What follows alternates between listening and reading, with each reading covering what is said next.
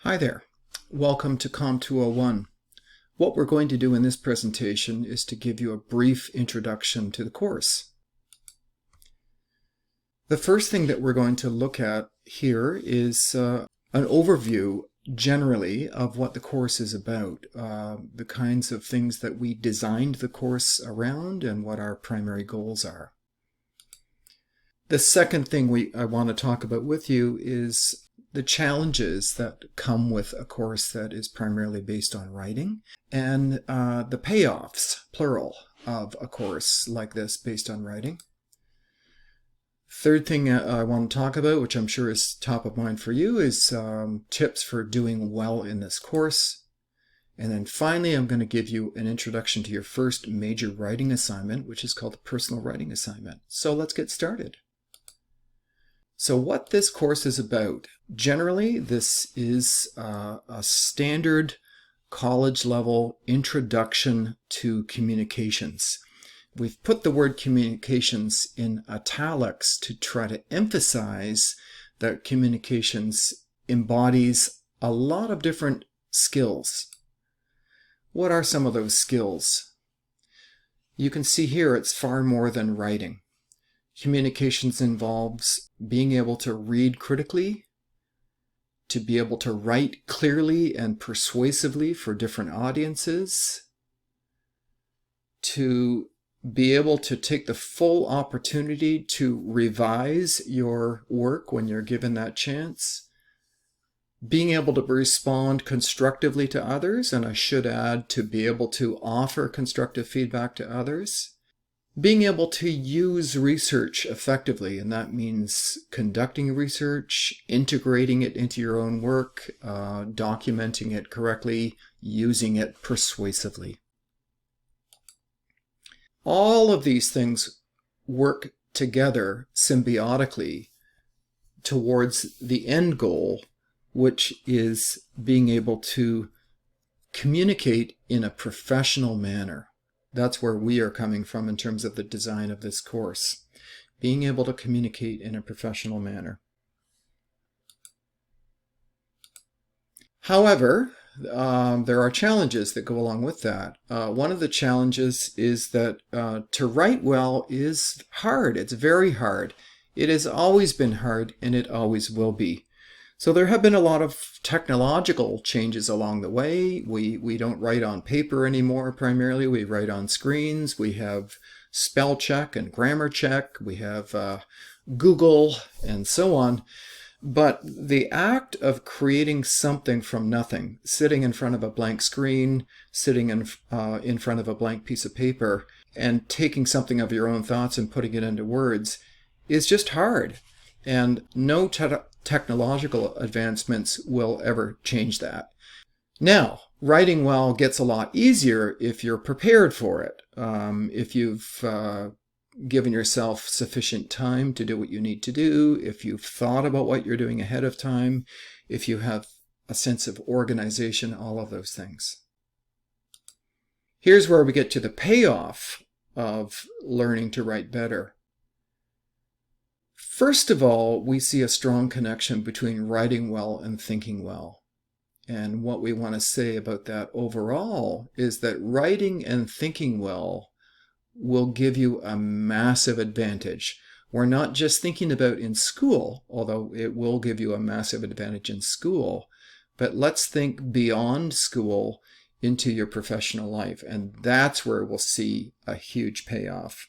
What we hear from employers over and over again is that when they are looking to hire, they get a lot of applications. They see a lot of people with identical credentials. What they tell us really separates the people that they're not interested in looking at further from the people that they really want to interview and possibly hire. Are the people who demonstrate that they have strong communication skills. How to do well in this course. The word engagement comes up, and the best way that you can do well in this course is to engage with it. This is an online course We will meet in real time once a week, but the rest of it is what we call asynchronous. You're doing your learning on your own time. And the mistake that a lot of people make with an online course is to expect the course to come to them. That if they just sit back, then the course will deliver them everything that they need to know. And that couldn't be further from the truth. The challenge with an online course is that if you do not engage actively with it, you won't do well.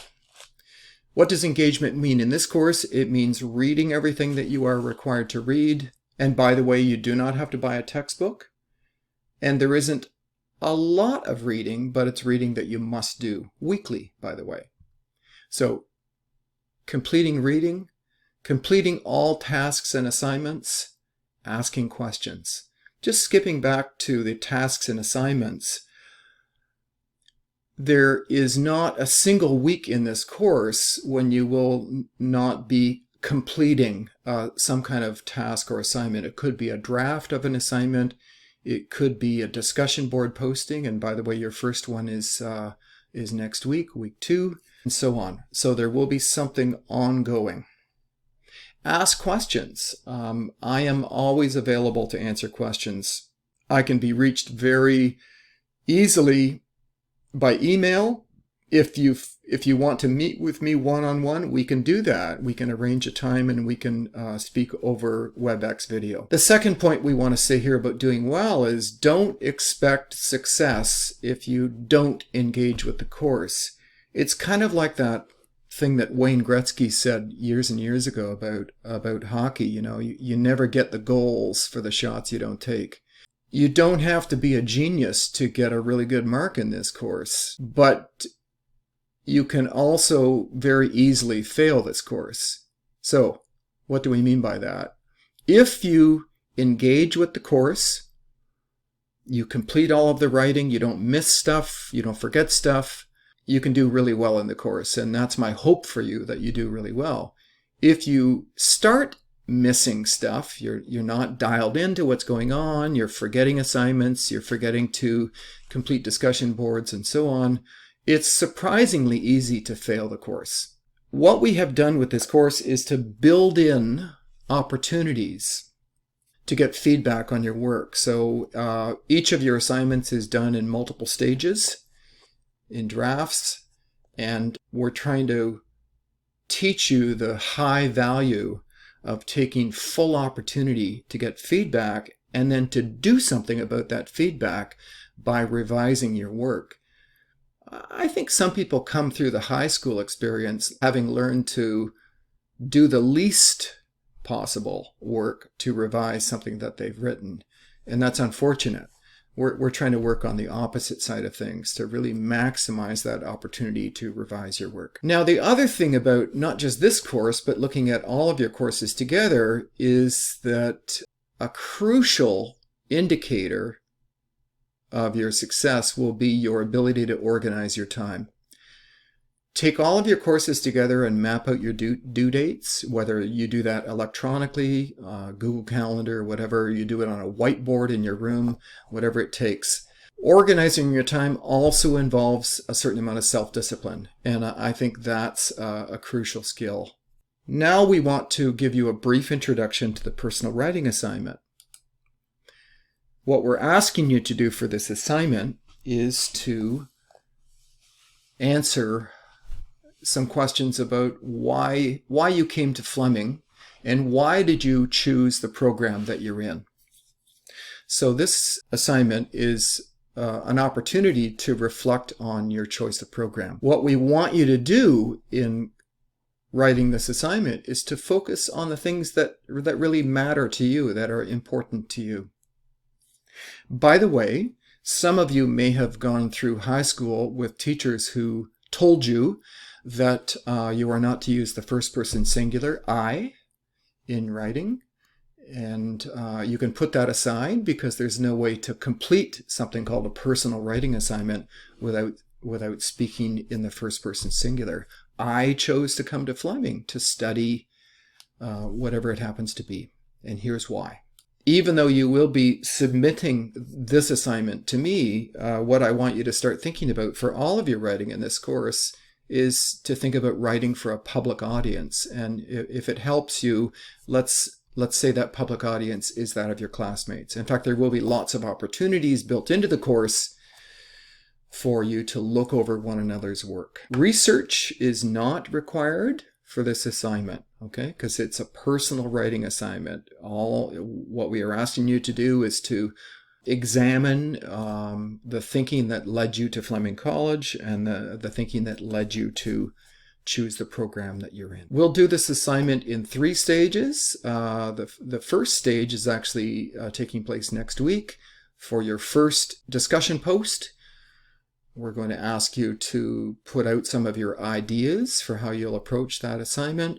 Then you will be submitting a first draft of this assignment in week 3 of the course, and a final draft in week 5 of the course. And by the way, you will be getting feedback from me on your first draft of the assignment. Finally, just in terms of the parameters for the assignment, the length of the assignment will be between 350 and 500 words. Now, this assignment, as with all of your assignments, is discussed in much more detail in the folder on Desire to Learn called Assignments. So don't take it just from me in terms of what you're doing for this assignment. It's very important for you to go and read the instructions for yourself. So what do you need to do for next week? The first thing is to get to know the course page on Desire to Learn. Get to know how to navigate around. Make sure that you read the course outline. We've also presented the course outline in a timeline format as well. Complete the practice discussion that is linked in Module 1. And of course, to read Module 1. Also, we want you to read the instructions for the personal writing assignment and to think about your topic, because in your first discussion post next week, you're going to be reflecting on your ideas for that assignment.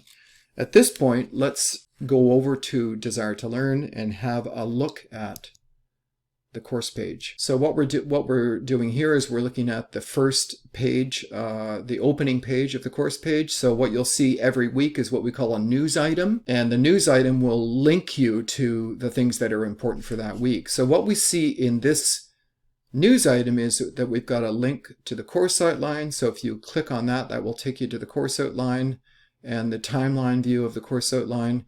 The main thing I want to point out to you here is the link to Module 1. So if we click on that,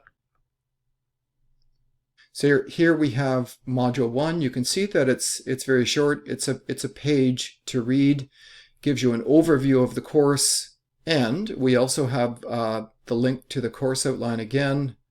And the other item I want to point to you here is down at the bottom. There's a practice online discussion that we want you to go to and try out as well. We'll look forward to seeing you next week. So on your timetable, the time and day that is listed as lab for this course, it's not actually a lab, but it will be our real-time session. So I will be sending everybody in your class a link to my WebEx meeting room for that session. Have a great weekend. We'll see you next week.